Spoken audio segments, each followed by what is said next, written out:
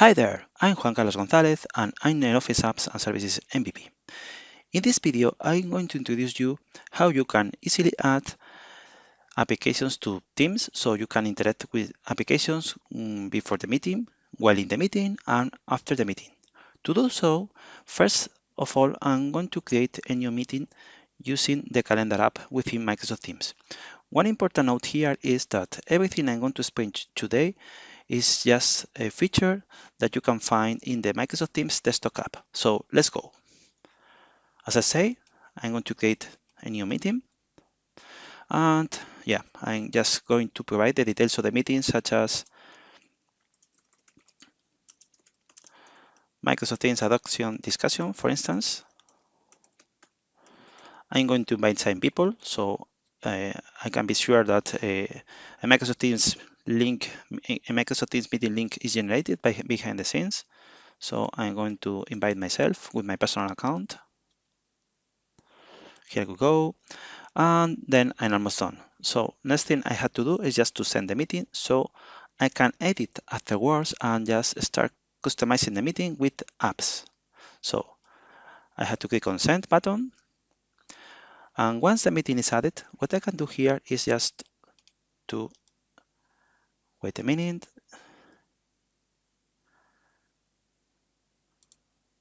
Edit the meeting. So as you can see here, I'm in the edit mode of the meeting I have just created. And on the top of the meeting, I had the possibility to access the chat, files, the details, the scheduling assistant, the meeting notes, the whiteboard, and most importantly, I can add new applications for the meeting. At this stage, what I can do is just to add an application as a tab in the meeting. So I can click on Add a tab, and then I'm going to be prompted with the familiar user experience for adding apps that you for sure know when you are working with Teams. For this demo, what I'm going to do is just to add the Poly app to my meeting. Poly is a very well-known application, and now the Poly team has created an application that can be added easily to Microsoft Teams meeting. So every time I want to add Poly to my Microsoft Teams meeting, I had to follow the same process. So first of all, I had to click on the add button so I can start adding Poly to my meeting. You are going to see just the process. You are going to have some additional information. Of course, we are using a free version of Poly, what means that you could hit some limitations in terms of the use of Poly in your Teams meeting. So let's click on Save.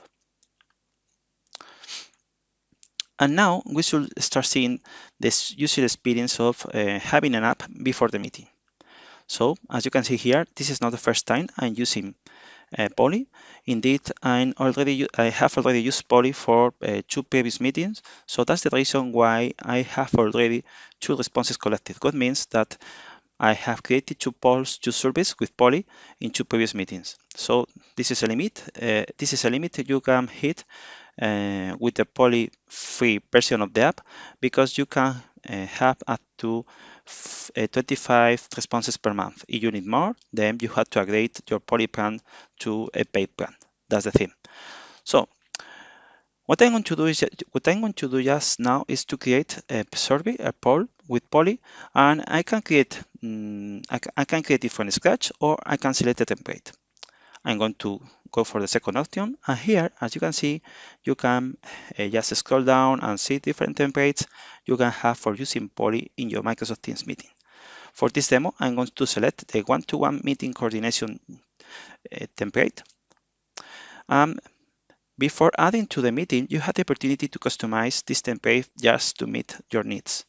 As you can see, this template has 2 predefined questions that are absolutely fine. Question 1, that is just a test-free question.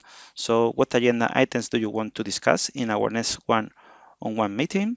And the second question is, what challenges are you facing? Of course, this can be an open-ended question, a multiple choice, or just a rating question. And you can also just configure some settings for the poll, for the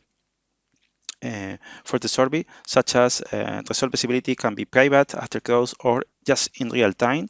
And you can also anonymize the responses to the poll or to the survey. So since I'm all done, what I'm going to do is just to click on Save.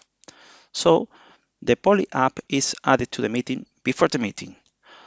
In order to see how the Poly app works while in a meeting, what I had to do is just to join the meeting. As you can see here, I could already send the poll to the people that is going to attend the Microsoft Teams meeting by clicking on Send Now, or I can just decide to do while I'm in the meeting. So that's the beauty of having apps for Microsoft Teams meeting. So let's click on Join. I'm going to click on Join, so I can arrive to the new user experience when joining Microsoft Teams meeting. And since I'm ready, everything is ready regardless of how I want to use the camera, the audio device to be used, and so on. I'm going to click on Join Now, as I say. So when I click on Join Now, since I have added an application to the meeting, I'm going to have a shortcut to the app with the Teams meeting experience.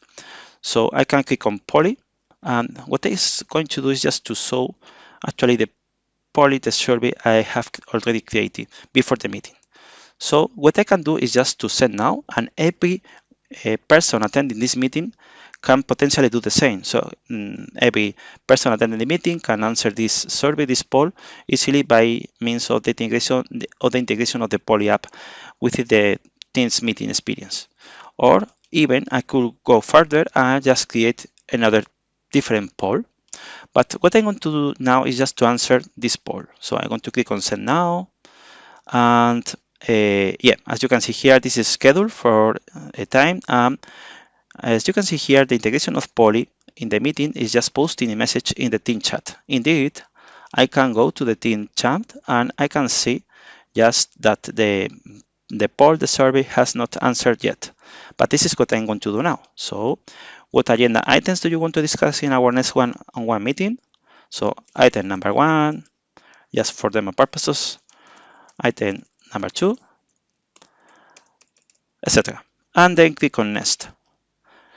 As you can see, now I'm being asked to answer the second question. No challenge. No challenges today. And once I'm ready, I can submit the survey, the answer to the survey.